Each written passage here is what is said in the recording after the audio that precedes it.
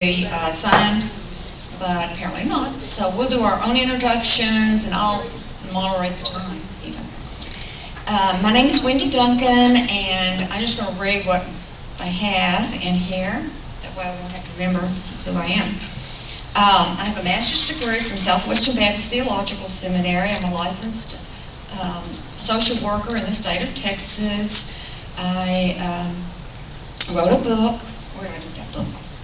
I'm trying to sell them, so anybody wants to buy one.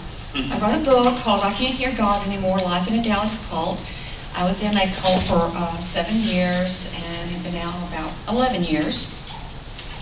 And since that time, we did a lot of, this is my husband, we did a lot of recovery work and read the cult literature, attended conferences, talked with a counselor, processed our whole experience. And at some point, we felt like, well, it was time to give back. All the help that we had been given, we decided to give it back. And we had full-time jobs, but this is what we do on the side is work on cult awareness, and we work with former cult members. We have a support group that meets once a month, and my husband is a licensed therapist, so he does individual counseling with former cult members. And this is Doug Duncan, my husband. He's a professional counselor, licensed in the state of Texas and practicing in Dallas. His main focus is on people who are attempting to recover from experiences with spiritually abusive cults, churches, and other organizations. As a recovering former member of an aberrational group, Doug is sensitive to the particular concerns of people struggling to overcome the legacy of spiritual abuse. Also, along with his wife, he facilitates a support group in Dallas for former members of cults and abusive groups. Lately, Doug has focused on helping people improve their critical thinking skills as a vital piece of their recovery from groups that practice thought reform. And next we have Molly. I always have a hard time with her name, Koshatka. She is a former Bible-based cult member and graduate of Wellspring. And she is currently enrolled in a postgraduate program in counseling. She's wanting to also work with people that have been, that are recovering from spiritual abuse or cultic abuse. She also led a support group on a college campus for former members. And she's been just a remarkable person, and we've enjoyed knowing her for the last 4 years. She still has family members in the group that she was in, and she'll probably talk about that. And then we have Dr. Matthews. She's not in the program because one of the panelists was not able to make it, and so she agreed at the last moment, graciously agreed to participate in this panel discussion. So we're really grateful for you for doing that. We all know each other, so it's going to be kind of informal. We're all from Texas. Well, that's where we live now. Some of us are not from Texas. We're going to be talking about spiritual manipulation and some of the techniques that the groups used in their particular cults. They're all from aberrational groups. Some of the spiritual techniques, spiritually abusive techniques that were used, manipulation, the effect that it had on them, and also maybe give you some thoughts about recovery, reconnecting with your faith, if that's important to you. So, okay, so we will leave question and answers for the last.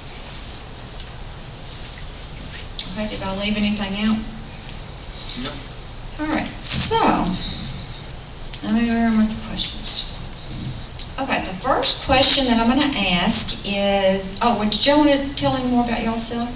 Yeah, y'all can go ahead and if you have some additional things you'd like to say. Well, I just wanted to say that I was in my aberrational group of Bible-based cult, what my friend Pat likes to call a TACO, Totalistic Aberrational Christian Organization.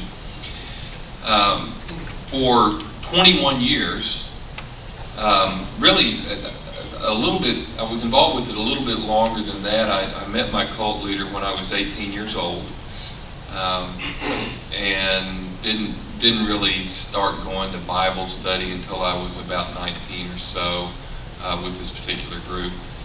And then I was in and out for a couple of years because I was in college and I would leave to go to college and come back and things, even though there was a lot of pressure on me not to do that. But I finally stuck in the group at 21, and I stayed there until I was 42. So for half my life up until that point, I had been in the group. I will say more about this later, but the fact that I was in and out a little bit at the first was something that, looking back on it, I see was used against me to keep me there permanently in the later years, because I was teased constantly about somebody who's always leaving. Although, and that was ridiculous in retrospect. I mean, I was young, I was in college, I hadn't decided what I wanted to do or anything like that, but somehow or another the book on me there was that I was some kind of inconstant, flaky person, even though I stayed for 21 years. But that's one example of manipulation. Anyway. Okay, and by the way, he was the one that recruited me. I have to mention that. I wanted to date her, so I recruited her. That's how you had to do it. And Molly, would you like to tell us a little bit about yourself? Add anything you'd like? I was in a Bible-based cult for 10 years, from 21 to 31 years old. And I've been out for about 4.5 years. And I was recruited into the group by my older sister. And she started going to college at the University of North Texas, and her dorm roommate recruited her into a group. And she left a full music scholarship her second semester in to join this new Bible school that was starting, connected to this small non-denominational church right near campus. And it's funny, I remember my parents arguing a lot about that, because she was the oldest of 4 and the first to leave home and go to college. And their stance was just, let's let her work through it and find her own spirituality. And she's still there. She's been there for over 20 years now. And I was going through a difficult time in my life, and I was 21. She'd already been there for a few years. She's 7 years older than me. And I got recruited in at a time when I was going through a breakup with a boyfriend, and I'd been just going through a real hard time and got love bombed. And they took me in and flew me there for free from Colorado. Everyone was so nice to me, gave me a free place to stay. Within a month, I decided to sign up for the Bible school, not really knowing all that was going to entail, and decided I wanted a new start in life, to give my life over to God. Everyone seemed so happy. It seemed like a positive resolution for the negative situation that I was in. During my time in the group, I recruited my younger brother in, who is still in the group. He's now married to the cult leader's daughter. They're expecting twin boys. And they already have a 2-year-old daughter whom I will never know. They don't let her see me.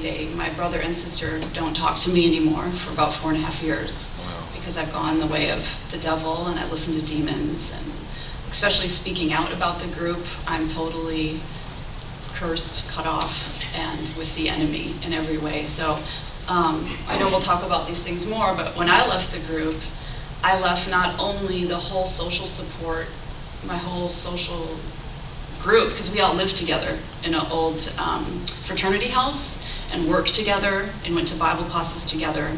That was like my whole social world.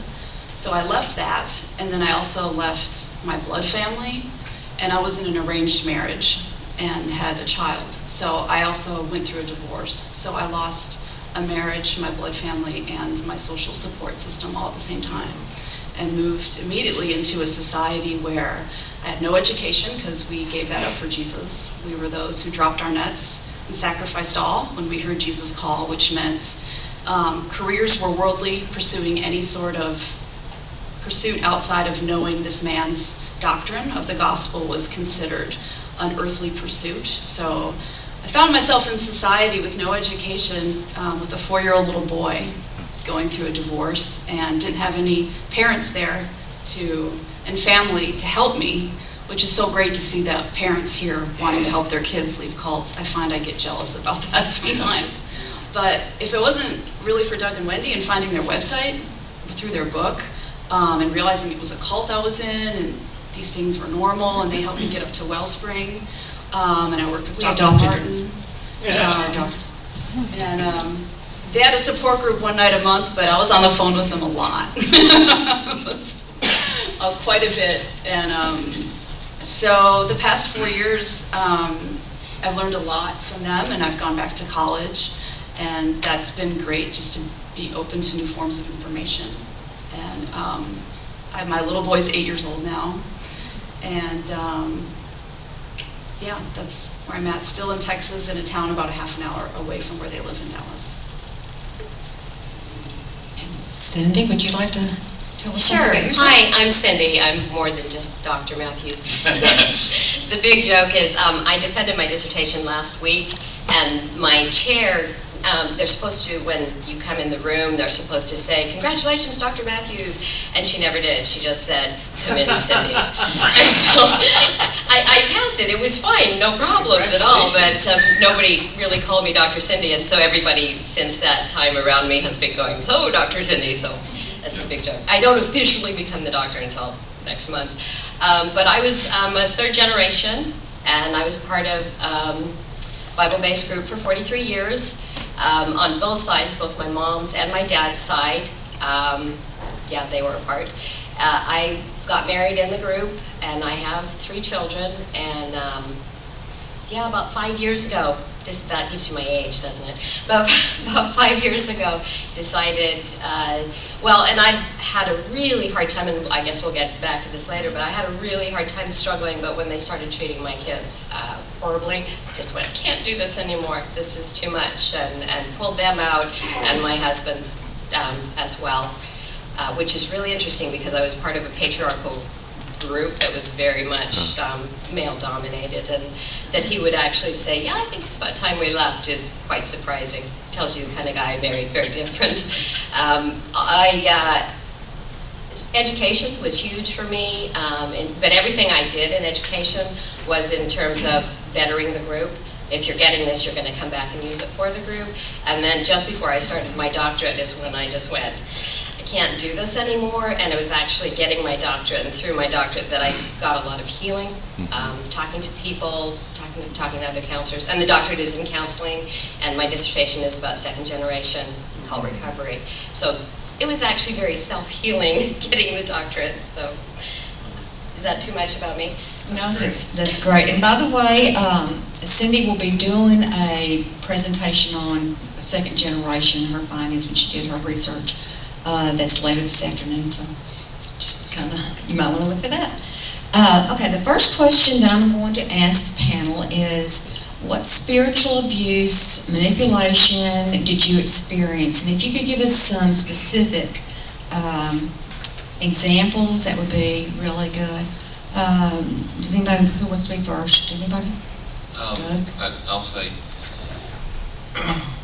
one of the things that kind of controlled the information. The stated ideology of the group was that questions are okay, free discussion is encouraged. If you have a question, ask it, say what's there, all those kinds of things. That was the official doctrine. But the way things played out in practice were that if you asked a question that was challenging in any way whatsoever, the cult leader, Oli, would turn very sarcastic, ad hominem. You would be painted to be an idiot for asking a question. And there was really, in practice, there was no such thing as a legitimate question. It was always some sneaky form of rebellion, that you were asking that you would ask a question and it would not be, here's the answer to your question. It would be, the fact that you're answering that question indicates you have this particular problem, and, we're going to deal with that right now. So, I mean, that was certainly a huge form of control and manipulation, is that you had to be really careful. And, sometimes you could ask a question, but you had to, very much take on the role of a supplicant in order to be able to do it. So that was an extreme form of control, and it's very effective. I remember when Wendy started coming, just as a good example, she had a degree from a seminary before she started attending our Bible studies, and if she tried to ask a question, and often would ask a very intelligent question, and the response to it would be, this is what they're teaching in our seminaries, and it's like, this person is supposed to be an educated person in the Bible, and look what a stupid question she just asked. So, that was one extreme form of control. I'll let other people mention one. I've got other ones, but that certainly added a lot of control to the situation. I know in my situation, there's so many examples. Where do I begin? There is a lot of scripture twisting used to control the members, and I still haven't been able to go back to a Bible and look at that. I just, read the Bible, was a Bible teacher, wrote classes to add to the curriculum of the Bible school, and I just don't even read a Bible anymore, to be honest with you. I don't know if I ever will. Don't go to church anymore. Just the whole Christianity thing really wigs me out still, to be honest with you. But the big doctrine was the message of the cross was what this man, Randy Nussbaum, preached, and it was a real unhealthy focus on the death of Christ and how we are supposed to be fellowshipping with Christ in his death. Now, there are scriptures that say that, but the way that that was translated through cult jargon and through the interpretation of leaders really kept the members under control in a really abusive way. For example, we were taught that the main way if I'm talking and I move into cult jargon, just understand, this is the way we talked, okay? It was like, to really, really know the Lord in the highest way was to know the Lord as the Lamb of God. Revelation 21, there's a lamb slain on the throne that speaks of the death of Christ. We wanted to be part of the company that followed the Lamb wherever he went. And to really be knowing Christ like that and to be expressing Christ like that meant you had to understand the slain lamb, which meant the slain lamb, when someone slapped him across the face, he turned the other cheek. He opened not his mouth. And the way that was translated was when someone does something wrong to you or hurts you or asks you to do something that you don't like, if you really want to know Christ and be an expression of light in this dark place, you will turn the other cheek and open not your mouth and lay down your life. So laying down your life and opening not your mouth was a real way that we allowed leadership to bully us, that we did whatever they said that we were to do. We never questioned it. And if we did, it was really looked as rebellion and the Adamic nature trying to live, and we needed to reckon that dead. And, Romans 6, we needed to go back and evaluate that. And this kind of lens of fellowshipping with Christ in his death in a real torturous kind of way was taught through the Old Testament. I mean, David did this. Abraham did this. It was like this lens, this green lens, where we saw all the scriptures in this way. As a result of that, we thought we were part of a company, a small group who was knowing the Lamb in this way, of Christians. Christians all over the world weren't doing this. They were selfish. They had careers. They were making money. All they wanted to do was go to church on Sunday. They weren't living together and breaking bread daily like the disciples were in the Bible. And it made me feel really special. It made me feel like I'm so blessed to hear this gospel. I can't believe that God called me out and I broke up with this guy and I got called to this place. There's only 15 of us, and I got up to 30 at one point, and we were recruiting on campus. I felt like I definitely had a special place and God had a special plan for me. And I'd look at other Christians and I would look down on them, especially ones that had money and career and outside pursuits other than knowing Christ, because we wanted to be like Paul, you know. Can I interrupt just to say something? What is interesting is we also, in my group, which was Trinity Foundation, we thought we were the only ones that really... Well, you were. You didn't know that? And they were 30 miles up the road. That we were the only ones that were really understood the truth, and we were trying to reenact first century Christianity. We lived semi-communally, and, you know, we were the ones. And after we left and we met Molly at some point, we started comparing doctrine, and we're like, wait a second. Our doctrine was so similar. As it turns out, our cult leaders studied under the same guru, if you will. But it was interesting because we're like, wait a second. That was us, not y'all. We believe that lay down your life and all those other things. It seems like the only thing that's different between one group and the other is in the jargon. You know, Oli would talk about entering into the rest or laying it at the foot of the cross. It was just different terminologies. Yeah, but we do have some of the same jargon too. Yeah. Like what? Well, we'll get into Laying that in a down your second. lives, the emphasis on the cross and so on. Yeah, let me let Cindy speak to it, and then we'll continue with this. Okay, I'll talk a little bit about spiritual abuse and manipulation for a second. When I was younger, before I got married, well, first of all, women were to get married and have babies. That was our calling, that was our role.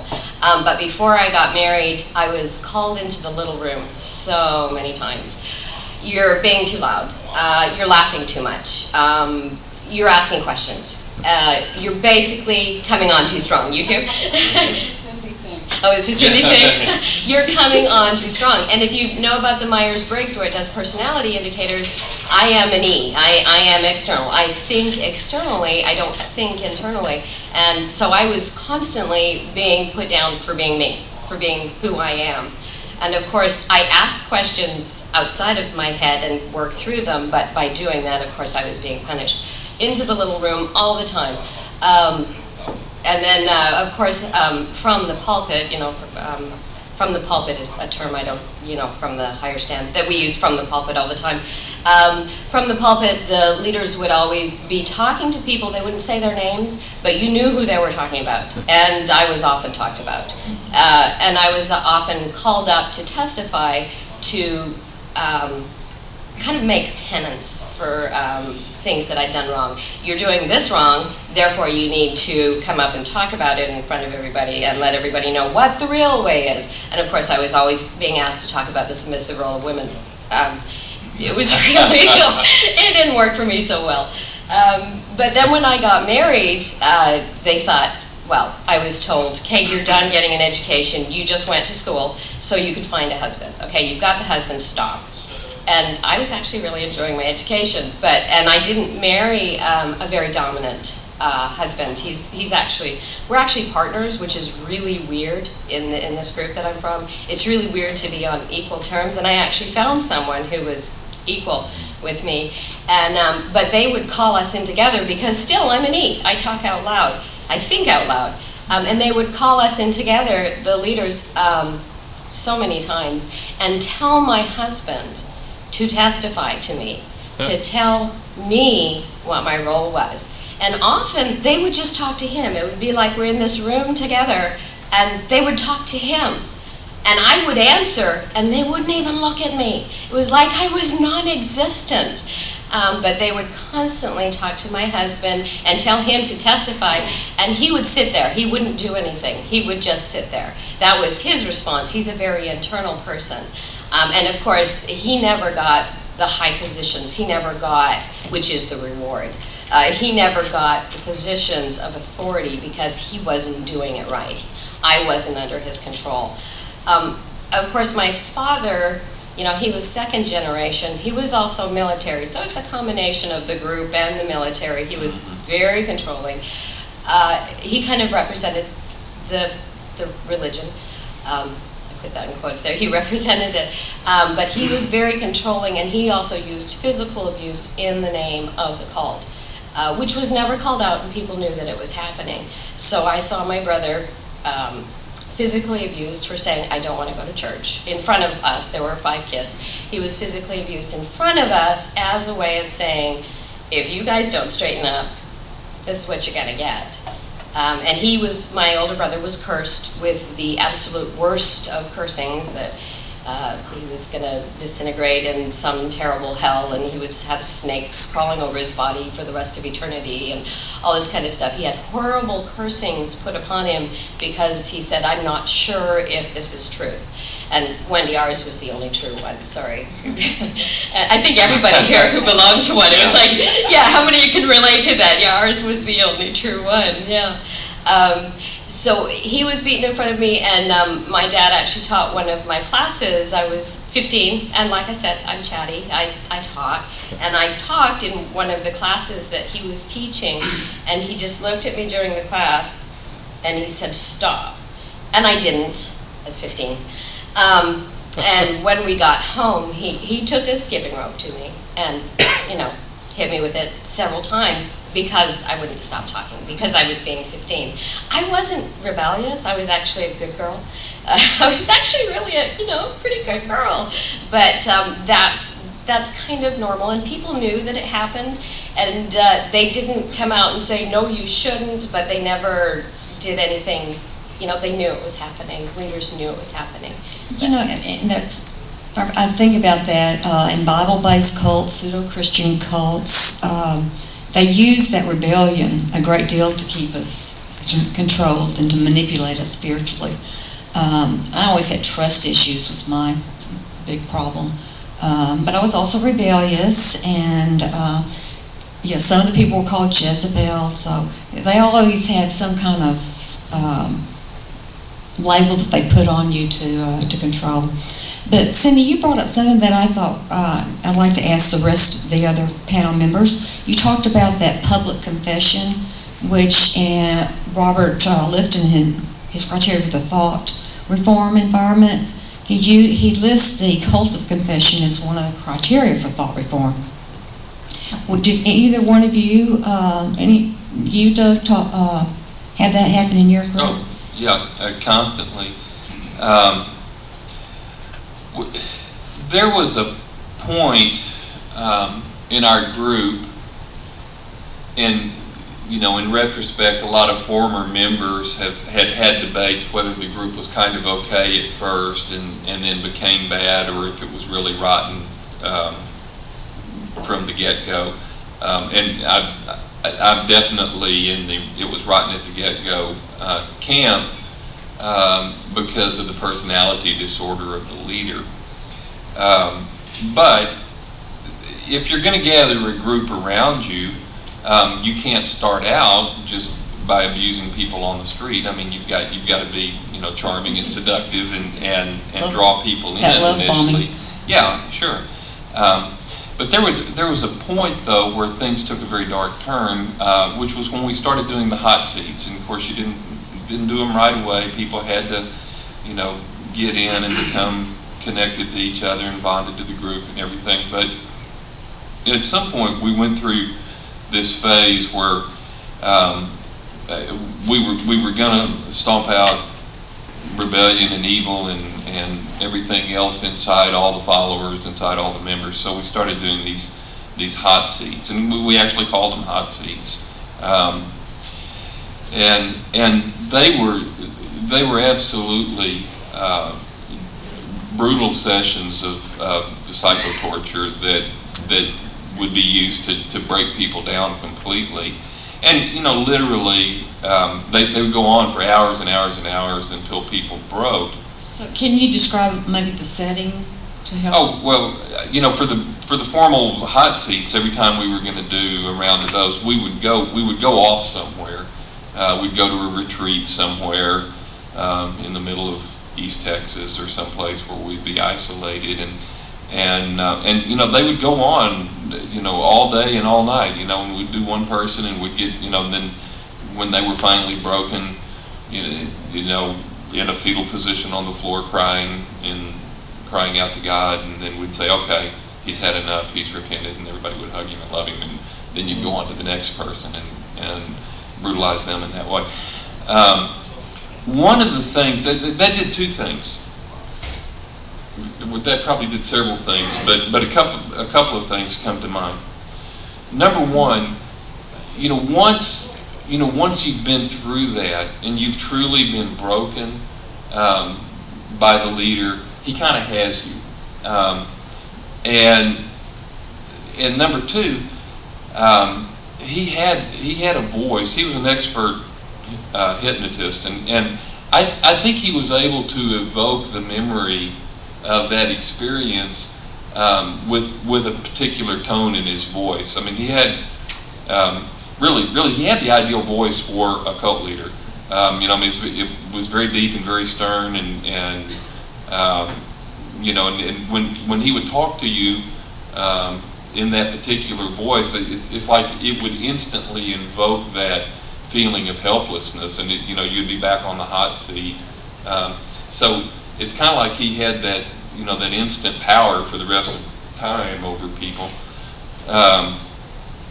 who had been through that process. What was the original question? We're talking about about public confession. Yeah. So I mean, and that was the thing that the hot seat was. Is like all of your dirty laundry. I mean, everything you had ever done, everything you had ever fantasized about, things that you really hadn't fantasized about but only decided you had, eventually you would confess to. I mean, people were confessing to things that they hadn't done because in the spirit they had done it. And it was, I know it sounds bizarre, but after these hours and hours and hours of being bombarded in these things, you would believe it. And so I now have no problem believing, for example, that the police can get somebody to confess to something that they didn't do. If you have something, I don't have any doubt that just about anybody can be broken. If you can find the right emotional buttons to push. We had some people that were hard to break. I was pretty hard to break, but I think everybody can be broken if you can put enough of that kind of pressure on them. But it was all about confession. And the more you confessed, obviously the more Oli knew, what your secrets were, what your buttons are. And he kept notes. He would write it all, so that he had it all too. Every time that everything you did going back to when you were 8 years old. Yeah. By the time I got there, they were no longer really doing the formal confessions. But it was so bizarre because when I'd go to Bible studies, I called it a boundaryless society when I wrote the book because there were no boundaries. I would be in a Bible study and people would confess to, having done something, a little too much sexual activity, and I'd be like, what in the heck? Because they would talk about this publicly. So there was that whole confession thing that was just part of the life. After I moved to the block, let me just tell this one thing. After I moved we called it the block. After I moved to the block, I liked to go to those Bible studies because we went to Bible study almost every night of the week.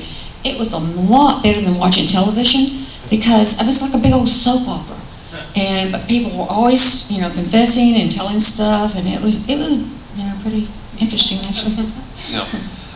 The hot seats finally stopped. I think one of the main reasons that the formal hot seat stopped is because Oli pushed one person way, way, way too far, and he had a psychotic break. And for weeks afterwards, all he could do was wash his hands. And it's a classic. It's like Macbeth. And he was washing them till they bled, and he broke.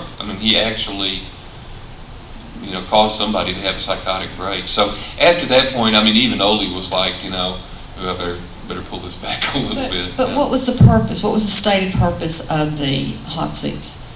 The stated purpose was you had to know how thoroughly evil that you were before God, so that you were actually experiencing the judgment seat, which is what we would all come to right after we died. We would be before God, we would be before His righteous judgment, and you had to understand that all of your righteousness was as filthy rags, and that you were thoroughly evil, and that you had absolutely nothing good to recommend. It was like a super extreme form of Calvinism, really, and so that the only hope that you had was for mercy. So that was the point of the hot seats, was to crush any sense of self-justification or righteousness or anything like that out of you, so that finally you would know that your only appeal before God was only for mercy, and mercy that you did not deserve. Okay, thank you. And Molly, do you have anything to add to anything about the confessions? We didn't do any outward confessions, but because we were told, especially being new and younger in the group, that we were just learning to hear from God, that it's always good to check in with your leaders, and your leaders were like your shepherds or under shepherds, and they could hear from the Lord for you, like a parent. That if we had any questions about maybe fears or anything, we should bring those concerns, or maybe like you would say, not stuff you needed to talk about, to the leaders, and have these one-on-one things all the time, and they would hear from the Lord for you on what you were supposed to do or what God was wanting to do for you in the situation. So I guess I always felt I had to confess things to whoever my leader was at that point, so I could hear clearly from God. But thinking back on it now, I think the different leaders were probably talking to each other and hearing from God and saying things that were moving and manipulating to do what was best for the group and ultimately for the leaders, for their purpose. They weren't hearing from God at all, but that's the way that we confessed. I was going to say, along with the public confession, we also have the personal confession. Every 6 months, 6 months to a year, depending on your age, we were asked to come before our leaders, and they had a scheduled list of questions that was, okay, are you doing this? Are you having these kind of thoughts? Are you only having sexual thoughts about your spouse? Or if you weren't married, are you having any sexual thoughts at all? Oh my gosh, you know, repent right now.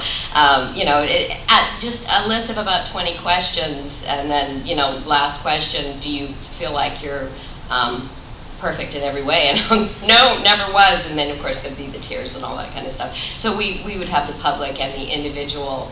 And when I realized my kids were suffering through that, I just, that's, one of those things where I went, I can't do this anymore. But anyway. Well, were there any fears that they used to manipulate you? Anybody have any fears that you experienced when you were in the group? Well, yes. The group was about fear constantly. But one way that the scripture was used was we constantly went through the parable of the sower. Where the man goes out to sow some seed, and some of it, falls on the rocky ground, and some of it falls on the path, and the bird, which represents Satan, comes and eats it. Some of it falls, in the thorns and brambles, and some of it falls in the good soil. And you never wanted to be the bad, the seed that didn't fall in the good soil, because there was a lot of the seed, most of the seed, 3 out of the 4 examples of the seed didn't make it. So anytime you started struggling, you were in danger of being like, the cares of the world are choking out the life of Christ there in you. So it was always that, you weren't going to be the seed that fell into good soil and led to life. You're going to be, taken away by Satan or the world or your own shallowness. And what about if you left the group? Well, then you had been taken away by Satan or the world. Were there any other terms that? Were you afraid to leave the group? Did you think that? Ole had preached a sermon one time called "The Almost Disciple," which is basically about the person who starts with good intentions but is not able to persevere to the end. So you didn't want to be an almost disciple, because that would cost you your salvation. Salvation was only for those who persevered to the end. And once you fell into the ground, which was what you're supposed to do, like the good seed, the seed doesn't dig itself up and go running off and plant itself somewhere else. That was not, falling into the ground means you stay where you are no matter what, which is a convenient doctrine. Stayed in the group? Yeah, that's a convenient doctrine if you're trying to keep people in the group. So you had to be a part of a body. Right. You had to stay where you were planted. If you didn't stay where you were planted, you wouldn't continue in life. You'd be out there in death. Okay. We had a thing similar to that. It was just like the children of Israel didn't move until God said so, until the cloud moved. This is the last place God told you to be. You stay here until you see the cloud moving. But that meant you stay there until leadership hears from the Lord for you that it's time for you to go, which never happened. Right. So, everything was over-spiritualized. See, and we had the parable of the 10 virgins. The second coming is coming. Are you going to be among the wise, or are you going to be among the foolish? The lasciviousness and the feasting and, all that kind of stuff. And I was constantly compared to one of the foolish virgins. But the second coming of Christ was always used as a means of, if you don't get yourself together today, he could come and you are going to be locked out of the feast. Just this constant image, and they made little videos of it and everything, this constant vision of, you're going to be at the door, you're going to knock, and he's not going to know who you are. So yeah, definitely fear, and if you leave, you're not going to be ready, and you are going to go to the lowest of low, which is because I've known the truth. If I leave, I am worse than those who never knew it at all. And so I was given a lot of threats, the fear of, if you leave, something bad is going to happen to your family. Someone's going to get cancer. And my mom died just after I left. And I was told that was one of the reasons by a person whose actually mother had died a couple months before. And I was like, but you're still in and your mom died too. It's like, it doesn't quite make sense. But yeah, a lot of fear that bad things were going to happen. And second coming, Christ coming, I don't have my house in order, that kind of thing. And actually, I think all of these groups probably use all of those metaphors. They're all in the Bible. Ours was the same thing, very extreme. If Christ comes back right now and you're not in the rest, then if you're not at perfect peace, and by perfect peace it was always implied perfect submission.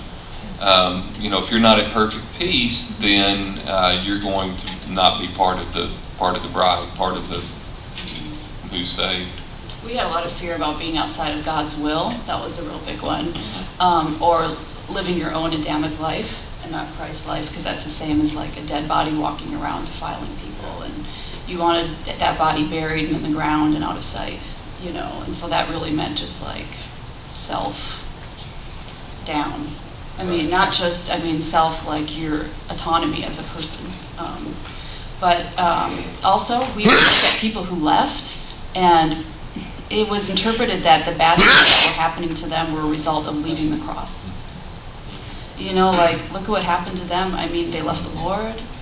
Look at all the troubles they're going through, and you know what I mean? I remember hearing those things as a younger member, and it was always like, I don't ever want to leave the Lord, which meant I never want to leave this group. And what's so funny is subsequently, after I left, I got in touch with these people, and they were just working out, building a life after leaving a cult, going through stuff that people go through. They were so supportive of me. Reconnecting with past members was a definite key part in my healing. Hearing things that I always suspected and didn't want to know, like the sexual corruption that was going on and the leader's involvement with single girls. I talked to 3 women who have been sexually involved with the leader. Hearing all these things, as much as I didn't want to hear it and kept the blinders up when I was there, not wanting to believe it, it was very healing to reconnect with those people and hear their stories and hear what they had to say. It gave me peace knowing I wasn't the only one. And that I thought about them the same way my brother and sister and people that are in there are thinking about me. You know what I mean? It made me understand, well, they're thinking about me and cutting me off because they really do believe that they're going for God and doing God's will by doing so. So that was really important to reconnect. Yeah, and I think part of what goes on is that they're taught, because this happened in our group, and I suspect probably in Cindy's too, that by cutting you off in a way, they're doing you a service, because if they don't do that, if they stay friends with you, then they're somehow enabling you in your lack of repentance, and ultimately that's going to be bad for you. And so that's another thing.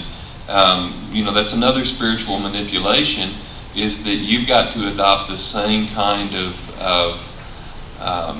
attitude that the leadership does toward former members, because otherwise you could be responsible for them losing their salvation, them not repenting and coming back to the knowledge of the truth. Did all the groups practice shunning, and did all of y'all, anybody want to speak to you told a little bit about it, Molly, but anybody else? Go ahead, Molly.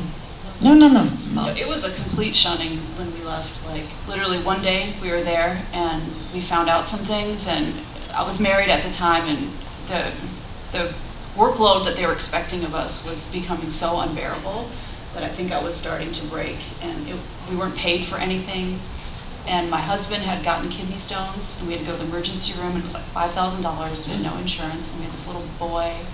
We were living in a dorm at the school, and then I got a verbal lambasting from the pastor's daughter in front of the church, and I was just furious. And we said, you know what, we're just going to move off campus and get an apartment.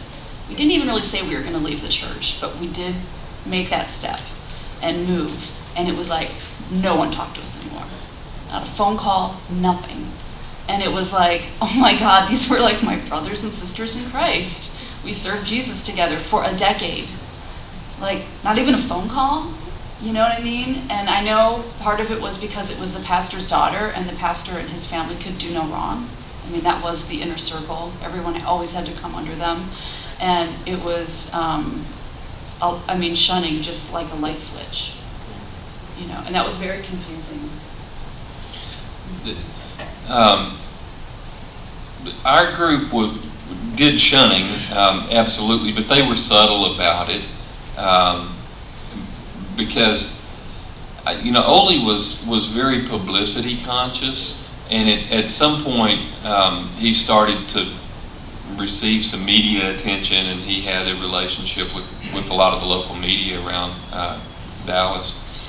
So he was careful to say, well, we don't have rules about shunning. You can be friends with whoever you want to be friends with. But at Trinity, a lot of the control was through unspoken rules, and through sarcasm and snarkiness. And if you wanted to be, for example, there was a couple that left shortly before Wendy and I did, and we went out to dinner with them one night, and I can remember, getting some just snide comments from people that, that we had even done that. It's like, why do you want to go out and hang out with dead people? They were dead. And we had levels of shunning, of disfellowship, excommunicated, and I've been neither of those. I've just pulled away and not a part of it, but I have been shunned. I've lost all my friends and my family. My father just passed away as well. I'm sure because I left, it has to be. But I was cut out of the will. I'm an only daughter, and I have 4 brothers, and I wasn't allowed to have my mother's jewelry. I wasn't allowed to have any of my parents' stuff because I was no longer a part. So very much a part of, you're not a part of us. You don't belong with us anymore. So yeah, definitely the shunning from friends and family, and very isolating, which I think is a tool for them to try and, get you back. Yeah, you're so isolated that we're the only ones. If you repent, and if you come and, confess again, then we'll let you back, and you get friends and family again. I have one thing real quick about that is I remember first leaving and hearing about the statistics, how so many people go back to a cult, or a lot, like half or more, something like that, or they go to a new one, find a different cult. And I remember thinking, how can people do that? You know, like, I do not understand how people can leave this and come back, you know? But then a couple years later into it, it's like, I get it. I totally get it and have compassion on those people, and I understand, because when you've lost so much, and human beings need to have other human beings to talk to, and you need a social support system, it's you know, the real work just begins when you leave a group like that, you know, working through a lot of those issues that I totally get why people go back, you know, and understand that. Then that's a good segue. Do y'all have any, I was going to ask, did you have any obstacles, problems when you left the group, and any suggestions that you might have for other people on, you know, how to get through that transition? Yeah. I actually left and came back a couple of times in those early years between 18 and 21. So I get it. One thing that ended up being very, very helpful for when we left, we went to talk to my sister and brother-in-law who had been in the group previously and left. And my brother-in-law had been through the same process where he had left once before and was gone for 6 or 7 years and then came back. And he said, this time when you leave, try to find some way to have a connection to God, because, you know, if you don't, then, you know, then the group kind of pulls you back in, because that's, you know, that's the appeal. You think that's the connection to God. Ole has the words of life, and you know, he hears from the Lord and all that. So for us, and not everybody, I understand, not everybody goes through the same process, but for us it was very helpful that we did find a church that met a lot of those needs, like Molly was talking about. You know, the true human needs for community and for connection and for meaning, and I think we all have those kinds of needs, and so Wendy and I found a church that was very non-controlling. It was absolutely different, opposite in style from the type of Christianity that our cult was, and the people there were very patient with us and let us ask a lot of questions and appear stupid, but that was okay, and so that was very helpful for us. Other people have got other perhaps things. I know for going to a church again, I really struggled because our cult leader was like a father figure to me, and he really had replaced that. He'd even call me his daughter.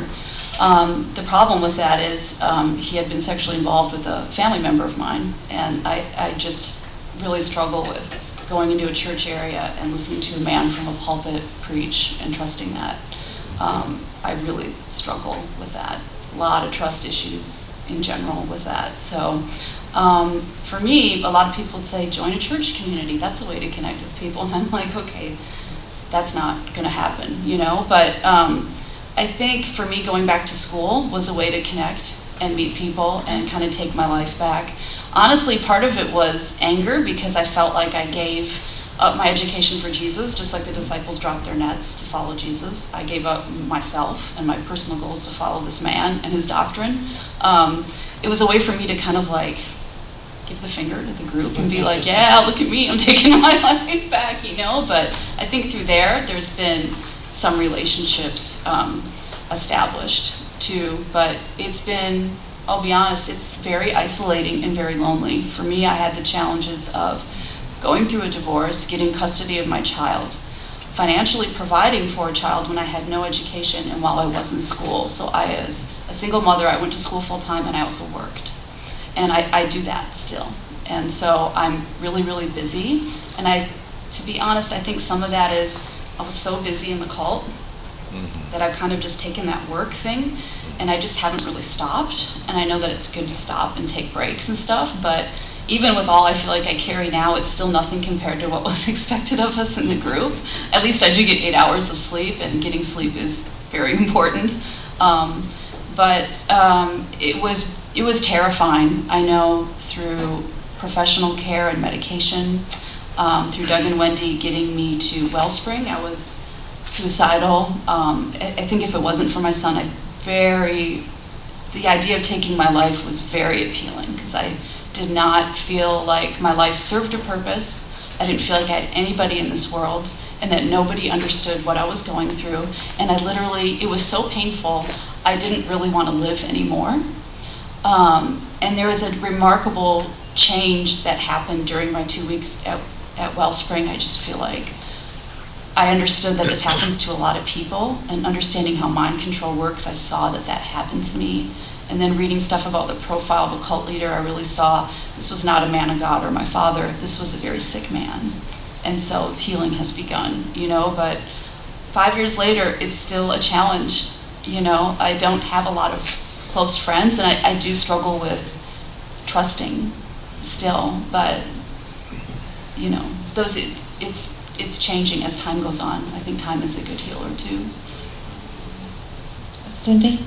Yeah, agreed.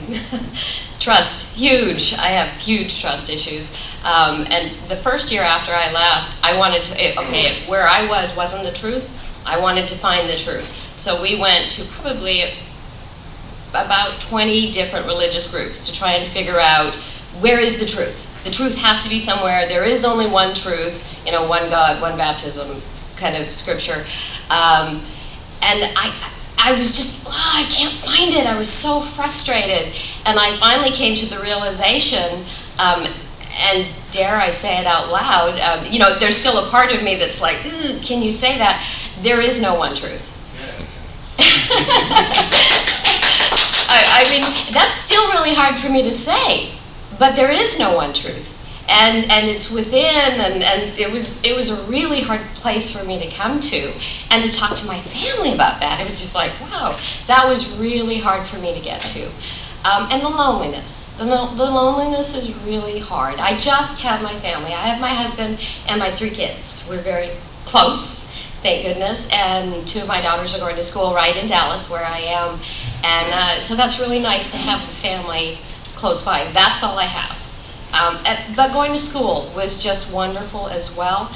And I actually started, one of the reasons I also left was they had a strong policy against lesbian, gays, bisexual, transgender, and I'm a licensed counselor, and I was working with lesbians and gays who'd gone through the group and were suicidal because they were told, who you are is not good enough, you need to change through prayer, and they weren't changing, and so they would become suicidal.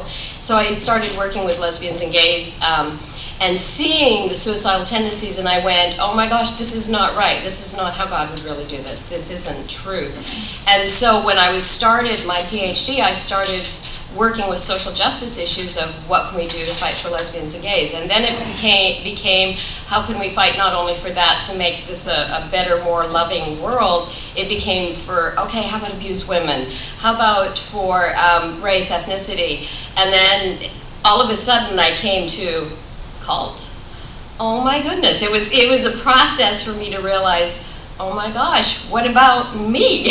What about what I went through, and what about what others are going through? So I guess I was in denial of what was really going on for me, and it took me a process to go through there, but it was a very healing process in terms of reaching out, helping other people. So school was very, very healing for me. And finding other people who had left, and talking with them, meeting for coffee. We weren't allowed to drink coffee before. So meeting for coffee is a big deal. Yes, and I actually have my coffee here. We're talking about Starbucks is the gateway drug to leaving. So even going there and not drinking coffee. But yeah, it's a very difficult process, and it's been 5 years for me. But it's still, it's still hard. Okay, we're going to I want to just echo one thing, that the support of other former members, I just want to emphasize how important that has been. Our friends who have previously left the group, my sister and brother-in-law, for example, that's just been huge, because those are people that understand what the process has been and what you've been through. And so we're fortunate to have some close friends nearby that we can talk to. So that's been very helpful. I wanted to just say, I think I had one of those encounters with God when I was in my 20s that was one of those life-changing events. And when I went to Trinity Foundation, I began to lose that connection with God. Didn't know who He was, because Oli's God was a lot different than the God I knew before I came to Trinity Foundation. Oli's God was a God that hated you. He was vengeful. He was out to squash you like a bug any time you did anything. And through that process of thought reform, that's who I began to believe God was. So when we left, I was determined to find my way back to God, to have a relationship with Him. But I didn't know how to do that. And I went to church after church after church, and I was Southern Baptist before, so I went to all those kind of evangelical churches, and they were just too triggering for me. I would sit at the very back of the church and didn't want anybody to talk to me or notice me, but something would trigger me during the service, and I would start crying and I would leave. Finally, Doug said, well, maybe you should try a different kind of church, like a liturgical church. And so, happened to find one, and Doug and I went the first time, and that began found a place where I could reconnect with God through the liturgy. And I just, I wanted to also say, because you mentioned Wellspring, I remember reading something that Paul Morton said, who was the founder of Wellspring. He said, if God was important to you before you joined your cult, then it's still important. And at some point, that's, you've got to find a way to incorporate that back. We work now with people that, we did the support group and do individual counseling. That is the huge, huge issue, is people's anger at God for allowing them to get involved in something when their only desire was to know Him further, and then they get, involved in this crazy cult. But so we hear a lot of people's anger and a lot of these, I'll never go back to church, I'll never read my Bible again. I still have a problem reading my Bible. It is a very, very slow recovery process. And give yourself time. Be patient with yourself. It'll happen when it happens. And, 5 years is not even very, very far along, actually. 10 years isn't. 20 years, maybe that's good. Anyway, we will have time for question and answers. If y'all have any questions you would like to ask the panel. Brian? I have a few that I've written down. First of all, can we let you have one and then? Of course. The guy, the man that had the psychotic break that you described, I mean, not breaking his confidentiality or anything, but whatever happened to him in the long run, is he okay? Dead that you know of? He's still there. He's still there. Yeah, I think to some degree he's better. I mean, he got on medication. He's still there on the block. He's part of the group still. Yeah. Yeah, there was this lady had her hand up first. Thanks. I was wondering, when you got out of your cults, or even today, what kind of reception do you get from mainstream Christians or less extremist Christians? Well, that's a good question. I wonder if there's a tendency for some to want to distance themselves from the idea that there can be Christian-based cults, and as a result, not really acknowledge that kind of abuse exists. Yeah, that's a good question. Janet asked, and by the way, she just recently wrote a book about religious maltreatment of children. Wonderful book. She asked, what kind of reception did y'all get from other churches, other Christians? Is that the gist of it? Since I didn't maintain many relationships or seek out relationships with Christian people, I have to say, non-Christian people are totally receptive and interested and believe me. And a lot of times Christian people, they just, I think, maybe like David Koresh in Waco comes to mind, and like, oh, did you guys like have firearms, or were you like playing with snakes? There's just such a lack of knowledge and understanding that I don't bring it up. You know what I mean? We went to a Sunday school class one time, and there was a lady there that found out we were in a cult, and I don't know what that meant to her, but I remember she went around saying to everybody, they were in a cult. It was just, remember that? They were in a cult, they were in a cult. Show and tell or something. Yeah, we were. The other thing is, we go to these Bible studies, and I was still trying to figure out who God was, and I asked some bizarre question. And mind you, I had a degree from a seminary, and I would ask some bizarre question. Well, the people in the Sunday school class or Bible study would think I was obviously not a Christian, or ask some bizarre question. So you were always getting those kind of looks. I remember one, and I was so scared of people. I had some major trust issues. I didn't want anything to do with those other Christians. I didn't like them. I didn't want anything to do with them, basically. I wanted just to be left alone. But I remember one lady giving me a gift. I think it was a book or something. I never went back there again. Because somehow she, I don't know, she's being nice and stuff. I didn't want any of that, because I had been love bombed before, and it was just, so. Let me make one other point on this question. That when we first got out, we figured it was our mission to take the information that Trinity Foundation is a cult to the Christian apologetics community, and make sure that they know that, because Ole had insinuated himself into that community and had allied himself with those folks because he was critical of the televangelists. So we started trying to tell people within that community what was true and what was real about this, and they were not receptive at all. It actually wasn't until we came to ICSA that we started finding people that that were sympathetic, understood what we were saying and what we had been through. Now, finally, some of the people in the Christian apologetics world have kind of come over, sort of, but some of them have been real hateful to us, frankly. Okay, the gentleman in the back. Yeah, I'm the pastor of a mainline liberal church, and we have a number of people who had a bad experience with the Catholic Church who come to our church. And you mentioned the term triggers. I want to know how to reduce triggers even further. I mean, our church is growing with people who say they find it safe, but I'm not sure how we're doing it, and I want to know